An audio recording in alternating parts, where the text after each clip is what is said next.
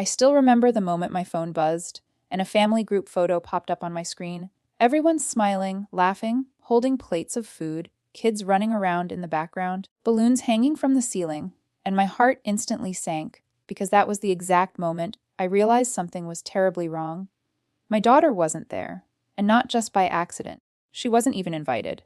At first, I thought maybe it was some misunderstanding, maybe someone forgot to add us to the plan, or assumed we couldn't make it, because surely my mom, my own mother, would never intentionally exclude my child from a huge extended family gathering where literally every other cousin, niece, nephew, and distant relative was present. I stared at the photo for a solid minute, my hands trembling, and the longer I looked, the more faces I recognized, the more painful it became. Because there they were, my siblings' kids, my cousins' kids, even the toddlers from relatives I barely keep in touch with. But not my little girl. My chest tightened, and a mix of anger, confusion, and heartbreak surged inside me. I opened the group chat, scrolling up frantically, looking for any mention of the event, any invite, any heads up, but there was nothing, not a single word, as if we had been erased from that part of the family entirely. I tried to breathe, to think rationally, but my mind kept racing back to my daughter, imagining her little face lighting up if she had been there, laughing, playing, eating cake, being part of those memories, and instead, she was sitting in her room, completely unaware that she had been left out of something so big, something so important, something everyone else was a part of. My stomach churned, and this overwhelming guilt started to creep in, making me question if maybe I had done something to deserve this, if maybe I had unknowingly offended someone, if maybe this was some kind of punishment directed at me, but carried out through my innocent child. I wanted to call my mom right away to demand an explanation, but I stopped myself, frozen in place, because I knew the moment I asked, I would hear an answer I wasn't ready for. It felt like betrayal, not just as a daughter, but as a mother, because how do you explain to a 6-year-old that her grandma, someone she loves more than anyone, had a big celebration with all the cousins and somehow decided she wasn't important enough to be there? I sat there on the couch, staring at my phone, holding back tears, trying to figure out how I was supposed to handle this without completely falling apart. Because deep down I knew this wasn't just about a missed party, it was about being deliberately excluded, about realizing that someone you trust with your whole heart can make choices that leave deep scars. And I wasn't ready for the ripple effect it would cause inside our family and inside my little girl's heart when she eventually found out. I couldn't sleep that night. Every time I closed my eyes, the image of that family photo came back, haunting me like a wound that wouldn't stop bleeding. I kept replaying every memory of the past year, trying to figure out what went wrong, where the distance started, and why my mom would make a decision that felt so cruel. My chest felt heavy, and no matter how many times I told myself there had to be some reasonable explanation, my heart wasn't convinced. I started scrolling through old messages between me and my mom, looking for clues, reading every chat, every emoji, every little interaction, trying to piece together whether I had missed something, but there was nothing, no fights, no insults, no arguments, just the usual. How are you? Did you eat? Give my love to the baby.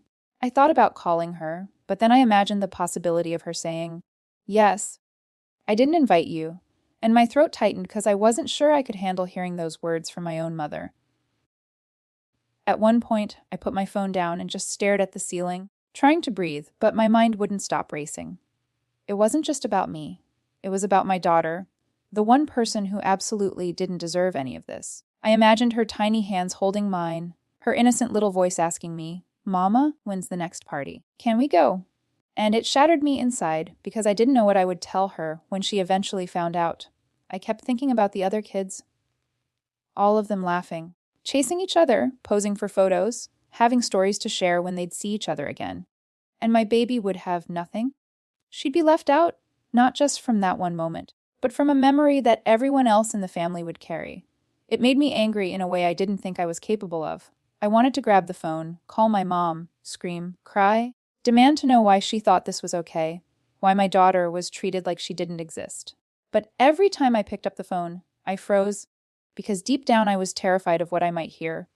That maybe my mom's silence was intentional, that maybe she had drawn a line somewhere I hadn't seen, that maybe, for reasons I couldn't understand, we were no longer considered part of the real family.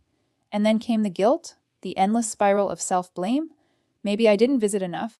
Maybe I didn't call enough. Maybe I failed to be the kind of daughter she wanted me to be. But no matter how much I tried to rationalize it, one thought kept screaming inside me louder than everything else. Even if I had made mistakes, why punish my daughter for them? She's just a little girl, full of love and excitement, the kind of child who runs into my mom's arms every time we visit, calling her Nana with so much joy in her voice. How do you go from that to deliberately leaving her out of something this big? My heart twisted with every passing minute, torn between wanting answers and wanting to protect myself from them, knowing that once I asked the question, I could never unhear the truth. That night I sat on the edge of my bed, hugging my knees, staring at the silent phone in my hand. And for the first time in a long time, I felt like a stranger in my own family, like the ground beneath me had cracked, and I was hanging somewhere between love, betrayal, and heartbreak, with no way to climb back up. The next morning, I woke up with swollen eyes and a hollow feeling in my chest, the kind of heaviness you can't shake off no matter how many deep breaths you take. I made breakfast for my daughter, forcing a smile while she sat across from me at the table, swinging her little legs and chatting about cartoons, completely unaware of the storm inside me. Every word she said, every laugh, every innocent question cut deeper, because she didn't know. She didn't know that somewhere, not too far from us, her cousins were waking up excited, picking out dresses, talking about the party, ready to make memories she would never be a part of. I watched her spoon cereal into her mouth, her cheeks puffed out like a chipmunk, and my throat tightened so hard I had to turn away for a moment, just to blink back the tears threatening to fall. My phone was right there on the counter, and I kept staring at it, picking it up, putting it down, over and over, battling with myself about whether today was the day I'd finally demand answers from my mom. The thought of hearing her voice made my heart race, not out of love, but out of this sharp mix of fear, disappointment, and anger, because no matter what excuse she gave me, I already knew deep down that this wasn't an accident. You don't accidentally forget your own grandchild when you invite over 30 kids from the family. That was intentional. And that truth, the idea that my mom, the woman who raised me, chose to draw a line around us, burned like fire in my chest.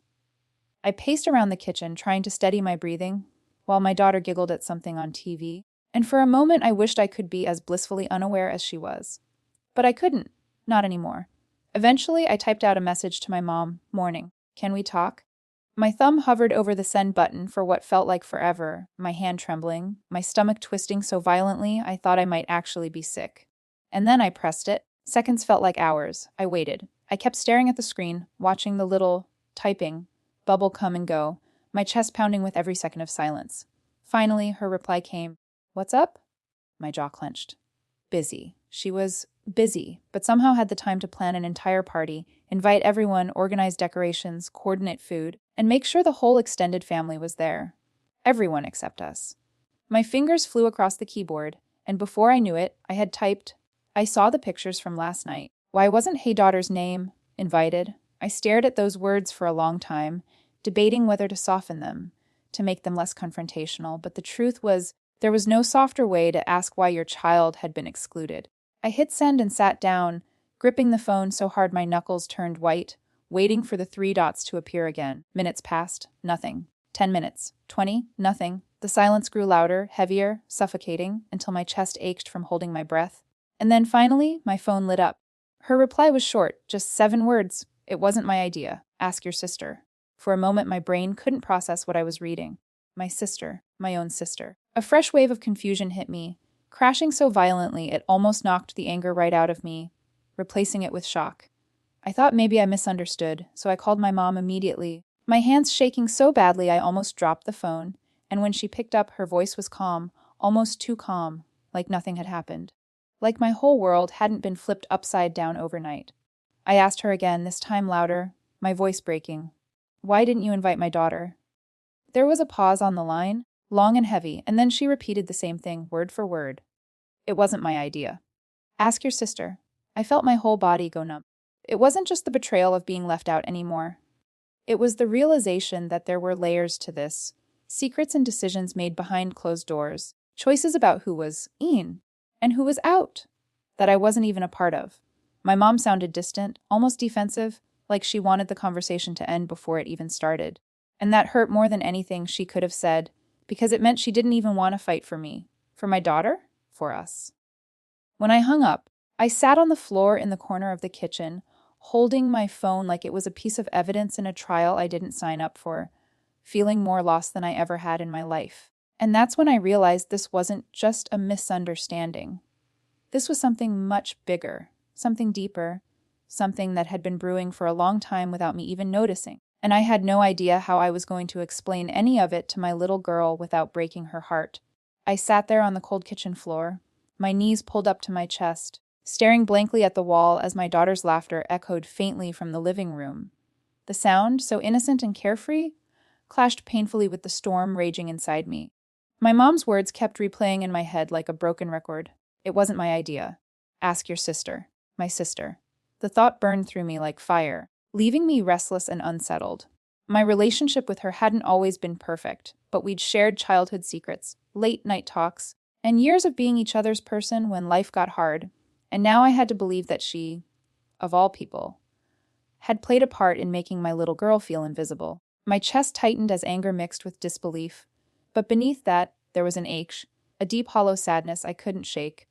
I picked up my phone again, hovering over her contact, my finger trembling as I debated calling her. But what would I even say? What if she confirmed it? What if she said yes? It was her decision, that she didn't want my daughter there. I felt sick just imagining the words coming out of her mouth.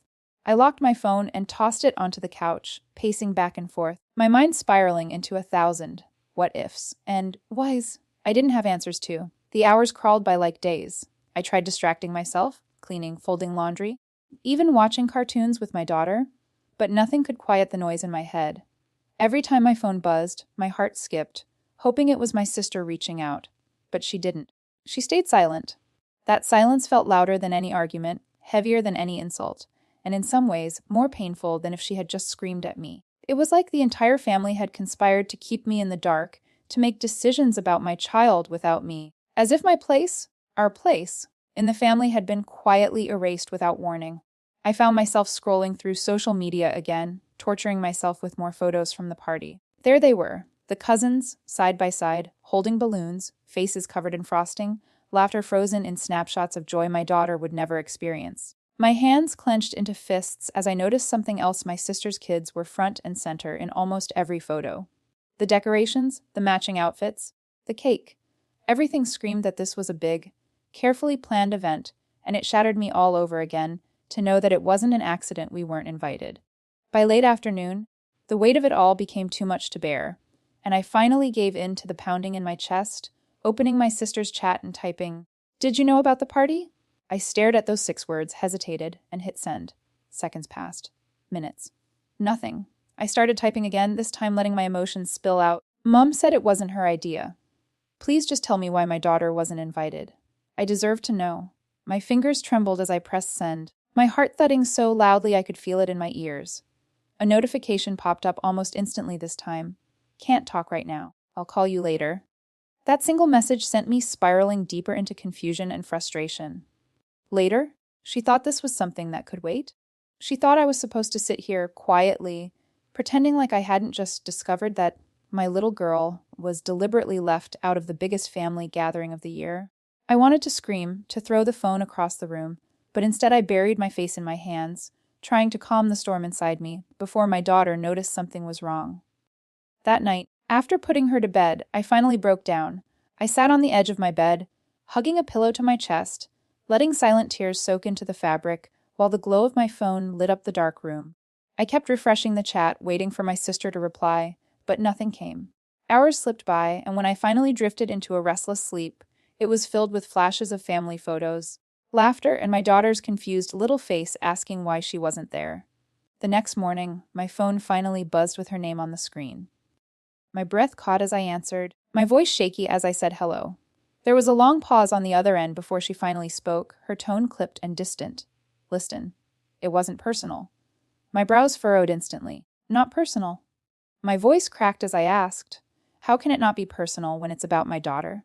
She hesitated, and then she said words that would stay with me forever. It wasn't really my decision either. We thought it would be less awkward if you weren't there. Her words hit me like a punch to the chest, knocking the air out of my lungs. Less awkward. I couldn't even form a response at first, sitting there frozen, gripping the phone like it was the only thing keeping me from falling apart. Less awkward for who? I finally managed to whisper, my voice trembling. There was another pause, and then she said quietly, almost too softly for me to hear, "For everyone." That single phrase cracked something inside me I didn't even know could break. Everyone.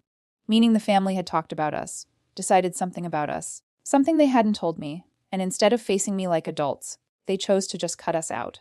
I sat there in silence, unable to breathe, unable to think, as she kept talking, saying something about past issues, and keeping the peace, but her words blurred into meaningless noise. My entire world shifted in that moment, as if the foundation of everything I thought I knew about my family had crumbled right beneath me. When the call ended, I didn't feel relief or clarity. I felt numb, completely hollow, like someone had reached into my chest and taken something I couldn't get back. I stared out the window, watching the sun rise, thinking about all the years I had spent believing that no matter what happened, family was the one thing you could count on, and now I wasn't sure of anything anymore. I thought about my daughter again, about the day she'd eventually find out, about the questions she'd ask and the pain she'd feel, and I made myself a quiet promise right there. I would protect her from this as much as I could. She didn't deserve to carry the weight of their decisions, their judgments, or their coldness. She deserved better. She deserved a family that chose her without hesitation, and if I couldn't give her that within these walls, then I would build it outside of them. I didn't leave my bed the entire next day, not because I was physically sick, but because my heart felt too heavy to carry around. Every time I closed my eyes, I kept hearing my sister's voice in my head, replaying those same words over and over again. It would be less awkward if you weren't there for everyone. For everyone? That phrase cut through me like a knife. My whole life, I thought I understood what family meant, that no matter how much we argued or disagreed, there was an unspoken rule. When it came down to it, you stood by each other. But this wasn't standing by me. This was deciding behind closed doors that my daughter and I didn't belong. I lay there staring at the ceiling, trying to wrap my mind around what could possibly make our presence so unbearable that 30 other kids could be invited, but not her. I thought back to every holiday dinner, every birthday, every little moment I'd spent bending over backward to keep the peace in this family, and now I wondered if any of it had even mattered. The silence from the rest of them was almost worse than the exclusion itself. Nobody called. Nobody texted. It was like everyone was holding their breath, waiting for me to explode, but they didn't care enough to reach out first. I scrolled through my phone, opening the family group chat I had avoided for days, and my stomach turned when I saw how lively it still was. Pictures, jokes, voice notes, everyone still riding the high from the party that I was apparently never meant to know about. I stared at my mom's messages, at my cousins sharing photos of their kids covered in cake, at the endless stream of laughing emojis, and I felt like an intruder in my own bloodline, like someone had quietly moved me outside of a circle I thought I belonged in my whole life. My hands shook with a mix of humiliation and rage, but I forced myself to close the chat because if I kept looking, I knew I'd break down completely. That night, I sat alone in the living room after putting my daughter to bed, just me, the hum of the refrigerator, and the crushing weight of my thoughts. I wondered if I should confront the entire family, if I should send one message calling everyone out, demanding they explain how they could do this to a 6-year-old who adored them. Part of me wanted to burn it all down, to drag their hypocrisy into the light, to make them sit with the guilt of what they had done. But another part of me, the quieter, more exhausted part, wanted to disappear completely, to retreat into silence and dignity, to refuse to give them the satisfaction of seeing how deeply they had hurt me. I went back and forth for hours, typing out long, angry messages only to delete them seconds later, my thumb hovering over the send button, but never pressing it. In the middle of this spiral, I heard the soft creak of little footsteps, and my daughter appeared in the doorway, rubbing her sleepy eyes, holding her favorite stuffed bunny. "Mama," she whispered, "why are you still awake?" My throat tightened instantly. I forced a smile, opening my arms so she could crawl into my lap, her tiny body curling against mine. I kissed the top of her head, inhaling the sweet scent of her shampoo. And I thought about all the years ahead of us, all the birthdays, all the milestones, all the memories we still had to make together. In that moment, I realized something important. If I let this break me, if I let their rejection define us, then I'd be teaching her the wrong lesson. I couldn't let her grow up thinking she was unwanted just because some people decided to act cruel. I needed to be stronger than my pain, even if I was breaking inside. But being strong didn't mean forgetting. It didn't mean forgiving right away either. It meant protecting her. From the whispers, from the favoritism, from the quiet judgment that had poisoned our family without me even realizing it. Over the next few days, I avoided answering my mom's calls and ignored my sister's half-hearted texts, claiming she was busy, but never actually apologizing. I wasn't ready to hear any more excuses, not yet. Instead, I poured myself into my daughter, baking cookies, painting, reading bedtime stories, taking long walks, anything to remind her that she was loved, that she mattered, that she was my whole world. But every night, when she was asleep, the quiet would return, and with it came the gnawing question I couldn't escape: what did I do to deserve this? I started replaying the last few years in my head like a movie, analyzing every interaction, every small disagreement, every slight remark at family gatherings, searching for clues I had missed. Was it the time I refused to loan money to my cousin? Was it when I called my mom out for favoring my sister's kids over mine? Was it because I didn't visit enough, didn't answer enough calls, didn't bend far enough to meet their expectations? My mind became a battlefield of blame and self-doubt, each memory cutting deeper than the last. And yet, no matter how hard I searched for a logical explanation, the truth remained the same. No excuse could ever justify leaving a child out, making her feel invisible in a family she thought she belonged to. That knowledge fueled both my anger and my sadness, two emotions that lived side by side inside me, gnawing at each other endlessly. As the days turned into weeks, I noticed subtle shifts in my daughter too. She started asking more questions, sensing the tension even though I tried my best to shield her from it. One afternoon, she came to me with her big curious eyes and asked, "Mama, why didn't we go to the party everyone's talking about?" My heart stopped. It felt like the air was sucked out of the room, and for a moment, I couldn't breathe. I forced myself to smile, brushing a stray curl from her forehead, and said softly, "Sweetheart, sometimes people forget things. But that's okay, because we'll make our own fun." She accepted my answer without pressing further, skipping away to play with her toys. But I collapsed onto the couch the moment she left, burying my face in my hands as silent tears streamed down my cheeks. She didn't know it yet, but she had just asked the one question I feared the most, the one I still didn't have a real answer for. That night, I made another promise to myself. If my family couldn't be the safe, loving place my daughter deserved, then I would build one for her myself, piece by piece, brick by brick, starting with just the two of us. But deep down, another part of me knew I wasn't done with this yet. Sooner or later, there would come a day when I'd have to face them, all of them, and force them to look me in the eye and explain why they thought it was okay to treat us like we didn't matter. I didn't know when that day would come, but I could feel it simmering under the surface, a quiet storm gathering strength inside me with every passing second.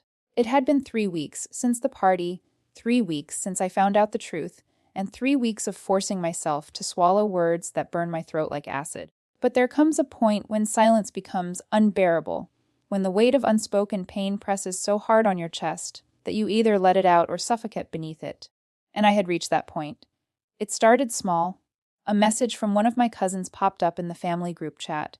Another photo of all the kids together at the party, laughing, hugging, holding slices of cake, and this time my daughter was standing right next to me when the notification appeared. Before I could lock my phone, she saw the picture and frowned, her small brows furrowing as she asked softly, "Mama, why wasn't I there?" My stomach dropped, and for the first time, I didn't have the strength to smile, didn't have the words to cushion the truth. I just hugged her tightly, burying my face in her hair so she wouldn't see the tears in my eyes, and something inside me cracked. That night, after I tucked her into bed, I sat alone in the dark, my phone in my hand, staring at the endless stream of unread messages from my mom, my sister, my aunts, all pretending like nothing had happened, and something inside me decided enough was enough.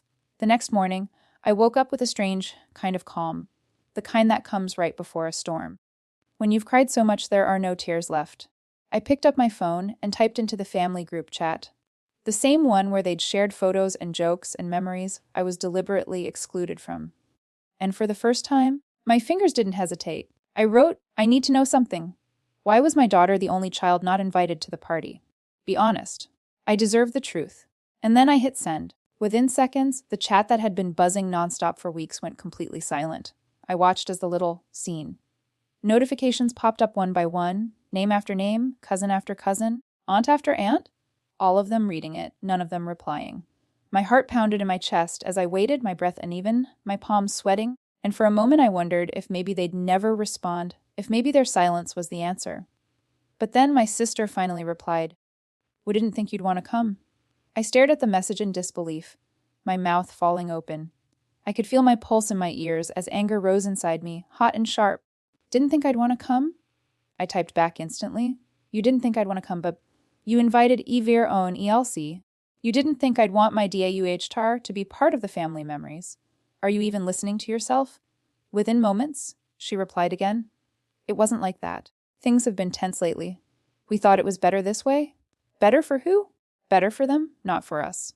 Before I could respond, my mom finally jumped in. "Sweetheart, we didn't want drama. It was supposed to be a simple get-together." That was it. That was the moment I broke. My hands shook as I typed furiously, the words spilling out faster than I could think. "ACMP'll get together? With 30 kids, with balloons and decorations and a custom cake. That's not simple. That's a parrot why. And you deliberately left my child out. Do you have any idea how cruel that is? Do you have any idea what it feels like to see her cry because she wasn't included?" And then the floodgates opened. Messages started pouring in from different relatives, everyone trying to justify their part in it. Some said they assumed. I knew some said they didn't want to get involved. Others just stayed quiet, which somehow hurt the most. My aunt tried to mediate, writing, "Honey, no one meant to hurt you. We just thought you and your sister needed some space from each other." Space? I laughed bitterly through my tears, because if they had wanted to give us space, they could have had their private gathering quietly, without broadcasting every photo like a trophy. But instead, they wanted the celebration, the joy, the picture-perfect memories. They just didn't want us in them. My hands trembled as I typed my last message. "You didn't give us space. You excluded us. There's a difference, and I will never forget this." Then I left the group chat. Minutes later, my phone started ringing. First my mom, then my sister, then my aunt.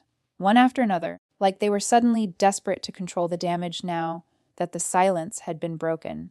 I ignored all of them, tears blurring my vision as I curled up on the couch, clutching a pillow to my chest like it could keep me from shattering completely. When my mom finally left a voicemail, I sat frozen for a long time before daring to play it. Her voice cracked as she spoke. "Sweetheart, please, listen. We didn't mean for this to get so bad. I should have handled things differently. I just thought keeping you away from the party would avoid complications. Please, don't let this break the family." I stared at the phone, my heart pounding. 100 emotions colliding inside me at once. Anger, heartbreak, betrayal, and underneath it all, a deep exhaustion I couldn't put into words. I didn't know what to say. I didn't know how to forgive something I wasn't sure I could ever forget. Over the next few days, my sister sent me long messages, paragraphs trying to explain herself, apologizing in one breath and justifying her choices in the next. I read them all, but I didn't respond. I couldn't. Every time I tried, the words tangled in my throat, my chest tightening with a mix of rage and grief I couldn't untangle. Nights were the hardest. I'd lie awake replaying every moment. My mom's calm dismissal, my sister's clipped explanations, the cousins' cheerful photos, my daughter's innocent questions, until the weight of it all made it hard to breathe. Some nights, I wanted to scream into the darkness. Other nights, I just sat there numb, staring at the ceiling, wondering how we'd gotten here. And the more I thought about it, the more I realized this wasn't just about the party. This was about every subtle slight, every overlooked invitation, every small moment where I'd felt like we were on the outside looking in, but I had ignored it, convinced myself I was overthinking, until now, when the truth finally became too big, too loud, too painful to ignore.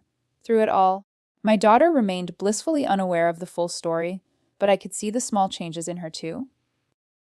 The way she lingered a little longer when I tucked her in, the way she asked more often if Nana loved her, the way she smiled less when family was mentioned. And that broke me in a way words can't capture. This wasn't just about my pain anymore. It was about hers. They had made a choice that told her, without ever saying the words, that she didn't belong, and I couldn't protect her from that completely. That was the moment I knew this wasn't just a temporary fracture. This was something deeper, something permanent, something that would change the way I saw my family forever.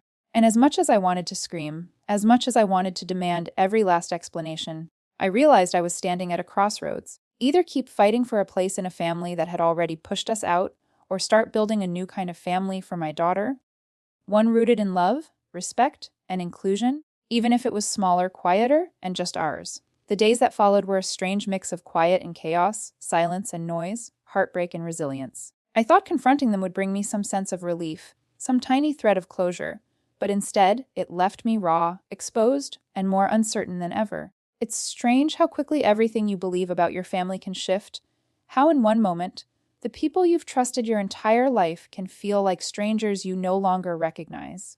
I spent hours lying awake at night, my mind replaying the words I'd typed, the silence that followed, the calls I ignored, the excuses they gave, and the one thing I couldn't erase: the look in my daughter's eyes when she asked me why she wasn't invited. That question echoed in my head like a haunting melody, pulling me deeper into a place I didn't want to be, and for a while, I let it consume me. But somewhere in that quiet, I began to notice something unexpected. A shift inside me, small at first, but steady, like a light pushing against the darkness.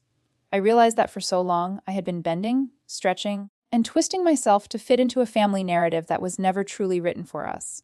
I had accepted scraps of affection, small gestures of inclusion, and empty reassurances because I wanted to believe we belonged, because the alternative, accepting that maybe we didn't, was too painful to face. Yet now, with everything out in the open, I couldn't keep pretending. The truth was brutal, yes, but it was also freeing in a strange, quiet way. For the first time, I was forced to see my family not as I wanted them to be, but as they truly were, and that clarity, as painful as it was, became the first step toward taking back my power. I didn't forgive them right away. I couldn't. Forgiveness felt too heavy, too much to ask when the wound was still open, bleeding, and fresh. Instead, I chose distance. I stopped checking the family group chat, muted their updates, stopped responding to carefully crafted messages pretending nothing had happened. I stopped explaining myself, stopped begging for understanding, stopped trying to be the bridge between people who had already burned it down. It wasn't about revenge, and it wasn't about punishing them. It was about protecting myself, and more importantly, protecting my daughter from being pulled back into a cycle of being overlooked, excluded, and treated like an afterthought. For the first time in my life, I stopped trying to fix a family that had never tried to fix itself. The funny thing is, when you create distance, you start to see things more clearly. I began to notice patterns I had ignored for years. How my mom always prioritized my sister's feelings over mine, how family plans were made in whispers and finalized without us, how my boundaries had been trampled on time and time again because keeping the peace was more important than acknowledging my pain. It hurt to see it, but it also gave me answers I had been searching for my whole life. And slowly, painfully, I started to accept something I never thought I'd have to face. Sometimes the people you love the most are capable of hurting you in ways strangers never could. And sometimes the family you're born into isn't the family that gives you the love, respect, and safety you deserve.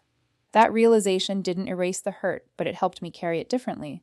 It became lighter, somehow, when I stopped blaming myself for their choices. My daughter became my anchor in all of this. Every time I looked at her, I was reminded of what truly mattered. Not proving myself to people who had already decided where we stood, but creating a home where she never had to question if she belonged, where her worth wasn't conditional, where love wasn't something she had to earn. We started making our own little traditions, just the two of us. Saturday movie nights in pajamas with popcorn piled high. Long walks at sunset where we talked about everything and nothing. A tiny garden we planted together in the backyard, where she named every single flower and checked on them like they were her friends. Slowly, the quiet between us became softer, warmer, and I could see her light returning, little by little. Healing wasn't instant. It never is. But in those small, simple moments, we began to build something stronger than what we'd lost. Weeks turned into months, and though the calls and messages from my family became less frequent, they never fully stopped. Some were apologies wrapped in guilt. Others were invitations wrapped in denial, like nothing had happened, like they could erase it all if they just smiled wide enough and spoke softly enough. At first, I ignored them. Then, one day, I picked up the phone when my mom called, not because I was ready to forgive, but because I needed her to hear me. I needed her to understand, maybe for the first time, the weight of what they had done. My voice shook as I told her how much it hurt, how deep the betrayal went, how her silence that day was louder than any words she could have said. She cried, softly apologizing over and over, saying she never meant for it to spiral this way, and maybe she didn't. But intentions don't erase impact. That's what I told her. For the first time, I wasn't the child seeking approval. I was the mother protecting her own, standing firm in my pain. my boundaries, and my worth. That conversation didn't magically fix anything, but it shifted something in me. It was the moment I stopped carrying their guilt on my shoulders. I stopped replaying the what ifs, and maybe they didn't mean it. Excuses in my head. I stopped questioning whether I had overreacted, stopped shrinking myself to keep the peace. I realized that setting boundaries wasn't an act of cruelty. It was an act of love. For myself, for my daughter, for the life I wanted to build. It didn't matter if the family didn't understand it yet. What mattered was that I finally understood myself. And maybe one day, they'll do the work to see the pain they caused and to rebuild trust on my terms. Or maybe they won't. Either way, I've stopped waiting for them to choose us. I've chosen us. There are still moments where it stings. Birthdays where I see photos of them together without us. Family milestones where the absence feels loud. Random memories that surface when I least expect them. But those moments don't define me anymore. And they don't define my daughter. We are more than their decisions. We are more than the spaces they've closed off. We are creating something different, something softer and kinder, something rooted in love that asks for nothing in return. And maybe, one day, when my daughter is old enough to fully understand what happened, I'll tell her the truth, not to burden her, but to show her that it's okay to walk away from places that hurt you, even if those places are filled with people you once thought you couldn't live without. For now, though, I find peace in the little things.